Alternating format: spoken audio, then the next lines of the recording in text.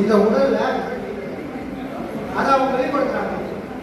மனசுல ஏதோ ஒரு ஏதோ ஒரு ஆசை உடல்ல நிர்வாணம் ஆகவே முடியாது.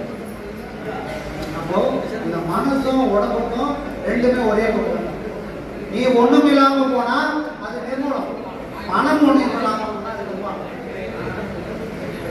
அப்போ முதல்ல நம்ம பண்ண வேண்டியதுதான், நான் யாருன்னு சொல்றதுக்கு அடையாளம் சொல்றதுக்கு 1000 விஷயம்.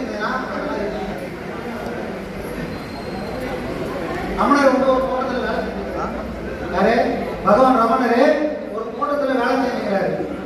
ரமணரை பார்க்கறதுக்கு ஒரு 4 பேர் வராங்க. ஜாலியா இருக்கு, யாரையும் இல்லை. அப்ப இந்த தோட்டத்தில் வேலை செய்ய கூட்டுக்காரங்க, ஐயா நாங்கள் ரமணரை பார்க்க விட்டுக்கிறோம், அவர் எங்க இருக்கிறாரு போய் சொன்னீங்கன்னா அவர் போய் நான் பாப்பா அப்படின்னாரு. நான் கூட அவரை தெரியுங்க, நீங்க பாத்தீங்கன்னா எனக்கு சொல்லுங்க யார் வந்துட்டு. அப்போ அவ்வளவு பெரிய மகனு தனக்கு ஒரு அடையாள முறையில் நான் பெரிய மகன். இதுதான் நிர்வாண நிலை. நான் யாருக்கிட்டே மறந்து போயிருக்கேன், அதுதான் நிர்வாண நிலை. அந்த நிர்வாண நிலை அடைஞ்சா இந்த பிறவி நிர்மூலம் ஆயிடும். நிர்மூலம் என்ன? நான் பிறகத்துக்கு ஏதோ ஒரு காரணமான போட்டு போடுறேன். வினையிலம் மனம் வருமா? வராது. அப்போ வினையிலம் வராது.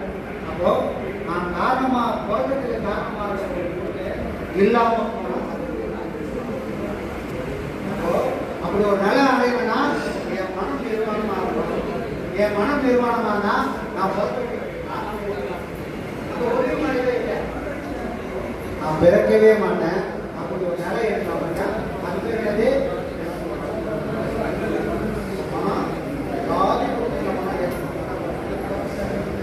எதையும் பிடிக்காத